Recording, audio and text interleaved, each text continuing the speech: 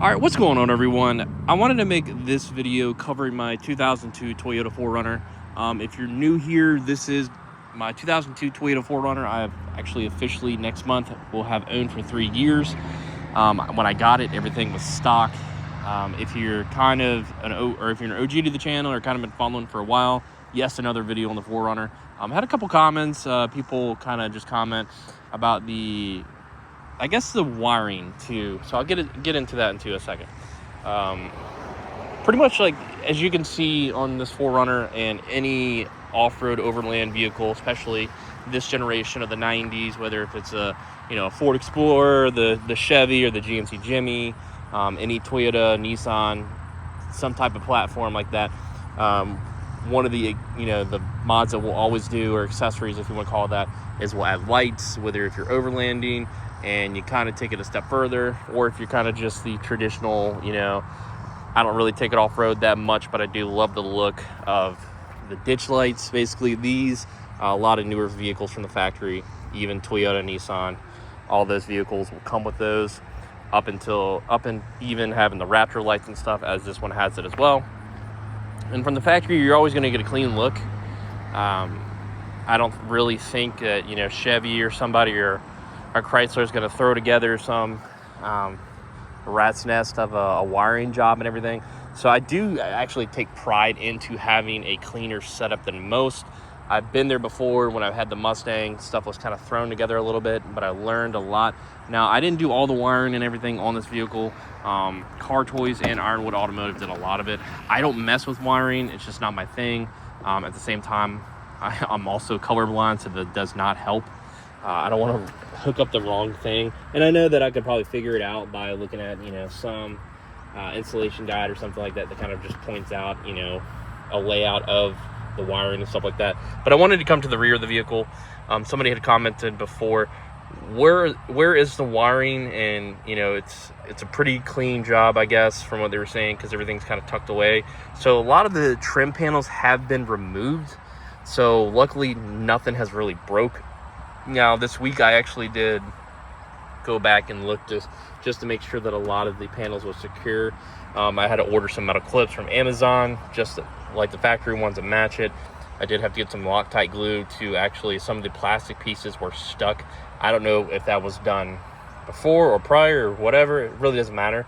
I went back and spent my time, glued the pieces, actually took the door panels off just to make sure, and everything lined up pretty well. So I took care of all that, which I'm just kind of a stickler, or I don't know if it's OCD, or I just kind of like my stuff right.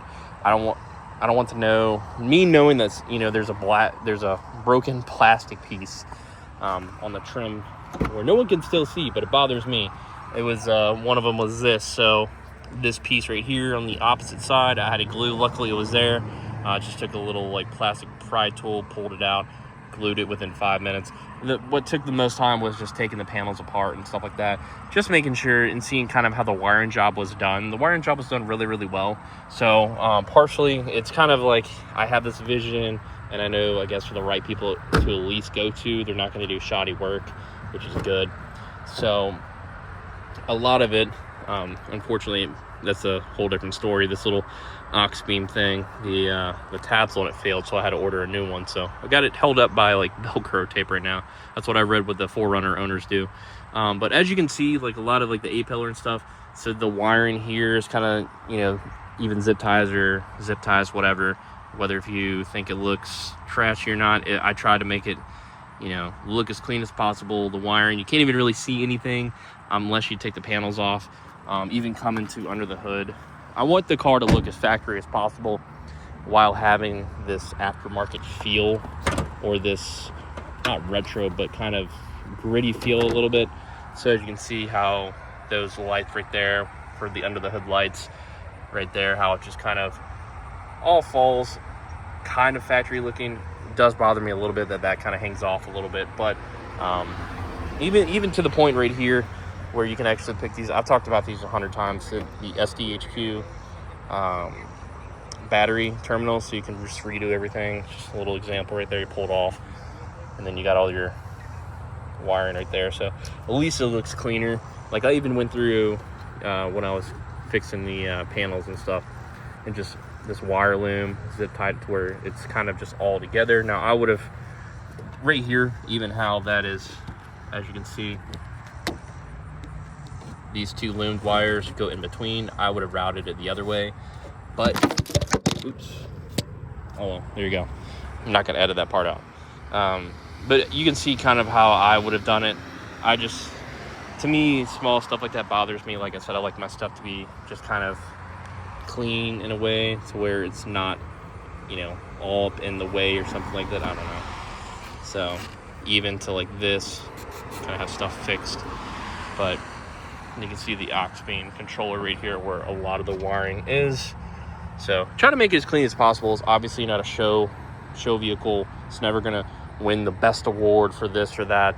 The only award I probably would ever see this winning is something maybe like original, you know, 2002 Toyota 4Runner or something like that, still in good condition. I have no idea. So but these are like some of the hoses I want to clean up and stuff. So just anything and everything like that. There you go for your bike, guys. Like I said, I like the look of clean stuff, and you have the aftermarket stuff on here. You can't see that you can see that it, like, somebody has pride in their work. Somebody takes care of their vehicle. I try to keep this thing as clean as possible. Just got a few parts back here, but having the WeatherTech mats obviously help a lot. I even have in here organized. I barely have anything in there, but if I do, it's all organized. As you can see, some of the stuff right there, just the, you know, the wiring and stuff is kind of all together. You really can't tell, you know. It's just, I guess the moral of this video, or the lesson, is kind of showing you guys, or those that are that curious about how the wiring was. I'm not going to take everything apart and show you, but it's all behind the panels. It's, you know, time was taken, money was spent. I didn't take all my time on this, doing this. I had, you know, people that know what they're doing with this, but I spent the money to have it done, so it was money spent very well, and it wasn't cheap.